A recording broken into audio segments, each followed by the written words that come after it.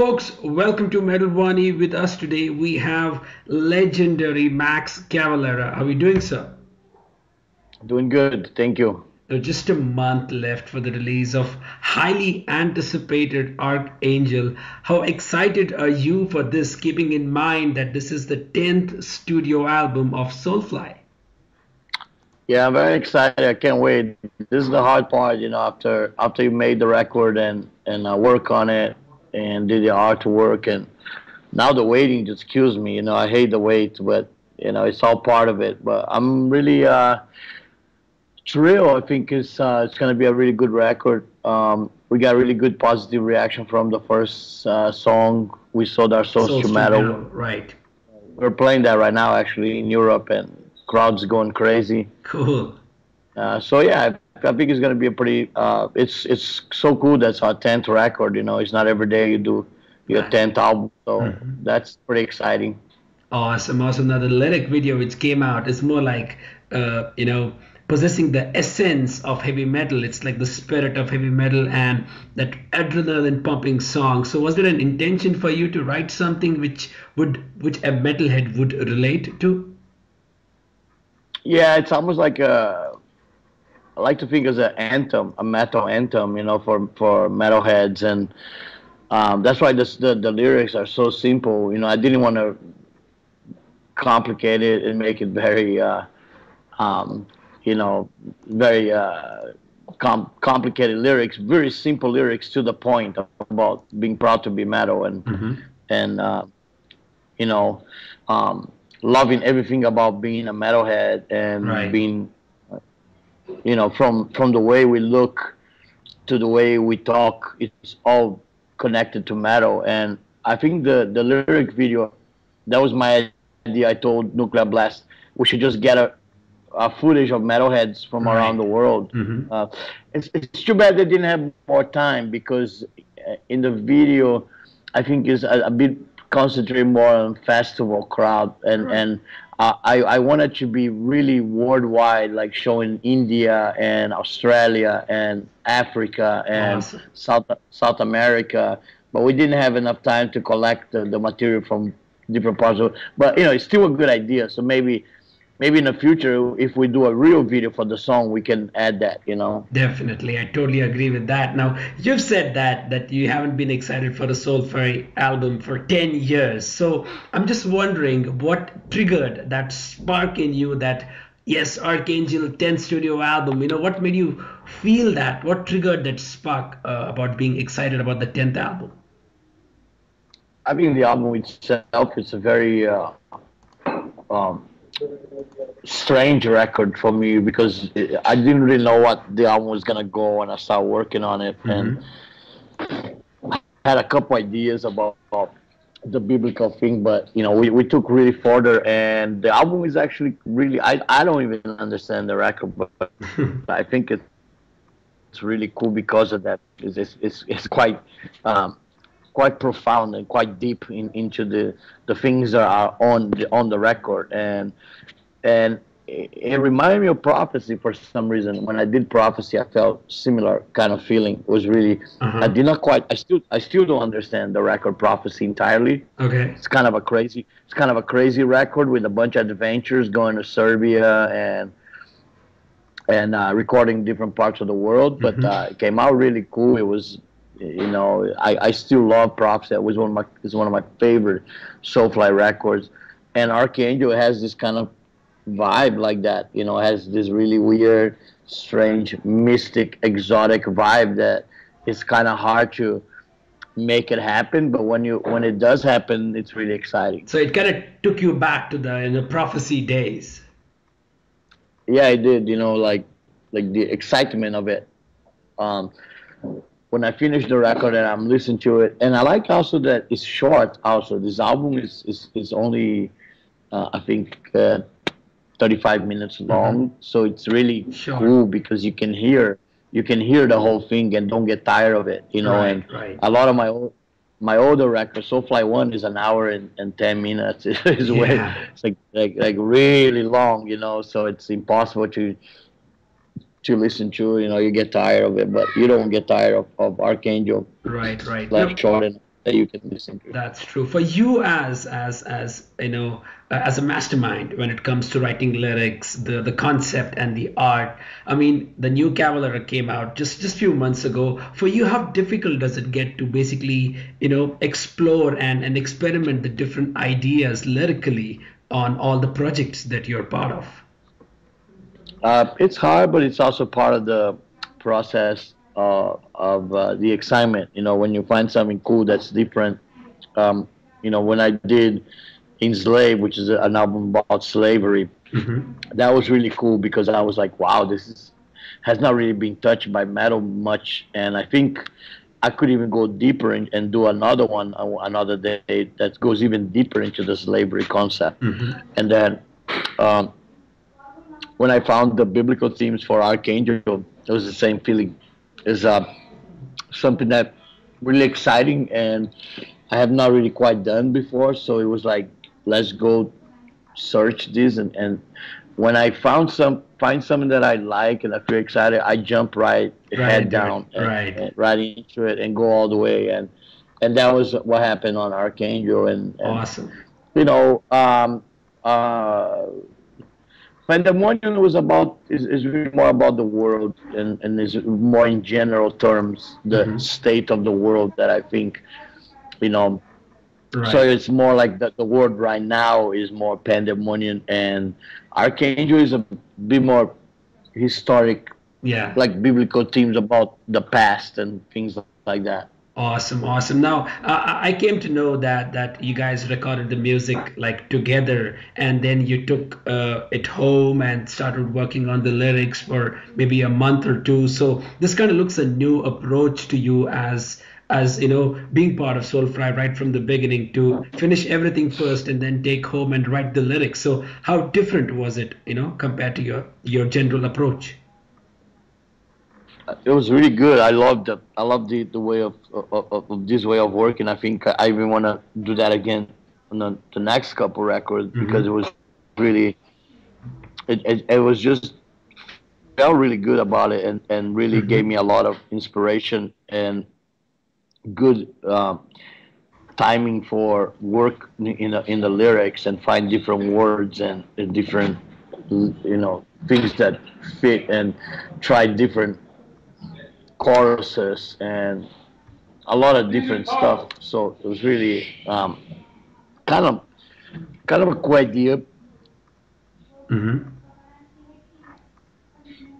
So it was actually Matt's idea. Matt's idea. Yeah, he's like, "You want to try to do it like this? You know, what do you think we do all the music first? You go home, listen to it, and come back and do vocals later." And I was like, "Yeah, let's try." And really, it was really cool. That's cool because your vocals, it's got a crazy vibe. I mean, the New York hardcore chants and whatnot. So it must have been a great feeling for you to explore your voice on this album. Yeah, and we try a bunch of different things. There's a bunch of chants too. Yeah. And songs like Sodomites, Shamash, Titans. I do this kind of melodic chants, and I never even knew my voice could do that. I discovered that with Matt, and it was really cool because you can sampler that from a sampler, but to create your own is much more exciting and original. Definitely. And so we that was created by us, and so everything you hear on Sodomites on the chorus is my voice. It's just like 20 of them recorded together in a little bit of different pitch, each one of them a little melodic, because Matt's like underneath your vocal, your growling, there's some melody that is like untapped, and if you like to, I'm not turning you to, you know, I'm not turning to Bruce Dickinson or Freddie Mercury, but you can explore a little bit that melodic if you want. And I was like, yeah, as long as it doesn't change my vocal, because I love my style of vocals. You know, I like I like the Max heavy voice, and so we didn't change that. We just added a couple things on top of it. So I think that's cool. I see a lot of inspiration from Ashmedi of Militia as well, because it's got a lot of Middle Eastern vibe in it.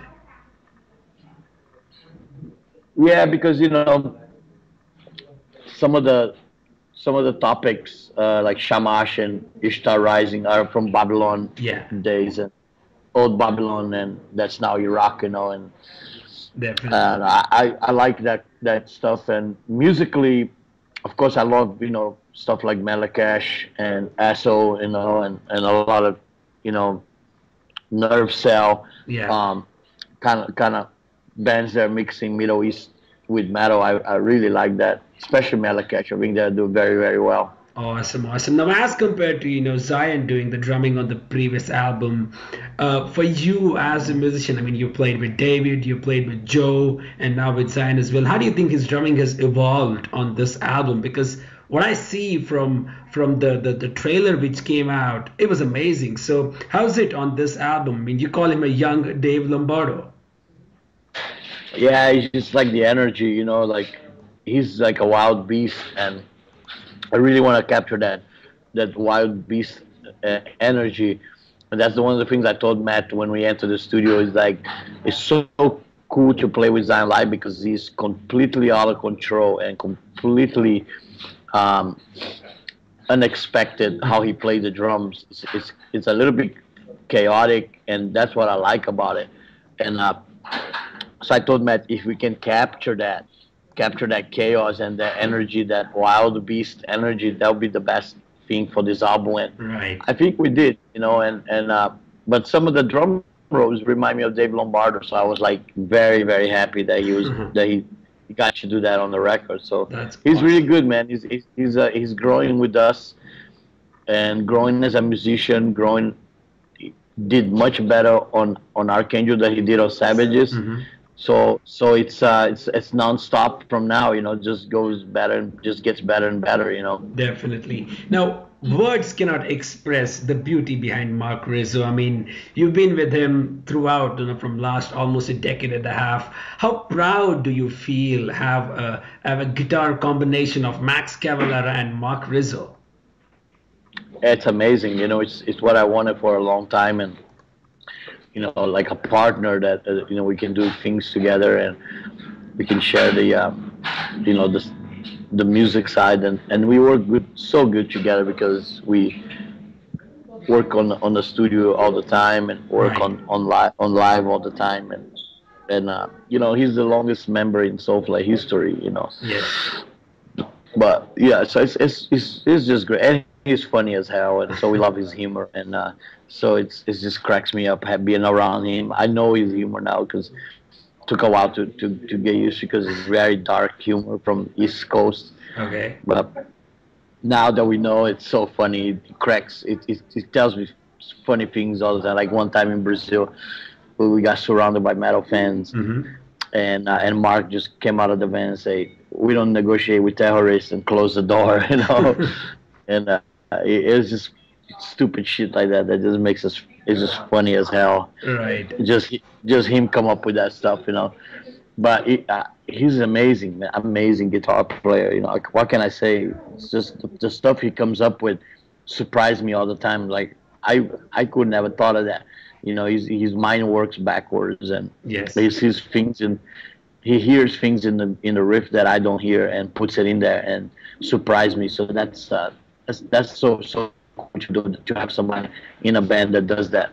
Definitely. Now that Tony has, is part of Fear Factory now, and Igor Cavalera Jr. I think has taken the position. So is that like a fixed gig for him, or you guys are just, looking for the right bassist? Yeah, we're just looking for the right basic because they have their own band, Lodi Kong. Even Zion, I don't think Zion. Um, he's got his own band with his brother Lodi Kong, and they're gonna do good things, and Hmm. they just got signed. And it's cool having both of this tour, man. It's been blast, and I think the crowd is liking, and we are having a lot of. Igor is great musician, and it's so fun having both of my kids on the stage.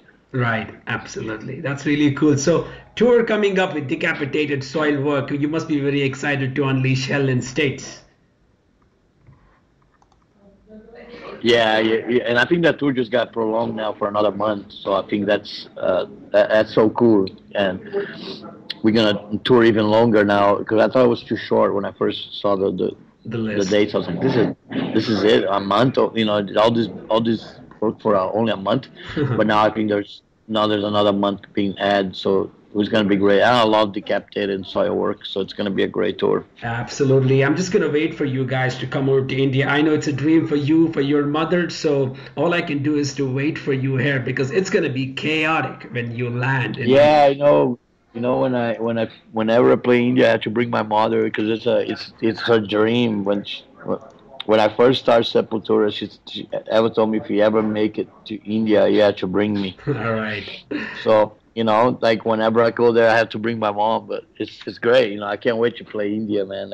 I heard great things about it, but I can't wait to be there myself. Awesome, Max. So before I conclude the interview, how about you define Archangel in just one sentence? Mystic. I think that's the best word. Wow, fantastic. Folks, Archangel coming out August via Nuclear Blast. Pre-order the copy, get it right away. It's an amazing album. Max Cavalera, thank you very much for spending some time today. It's been an honor. Thanks a lot, man. I'll see you in India.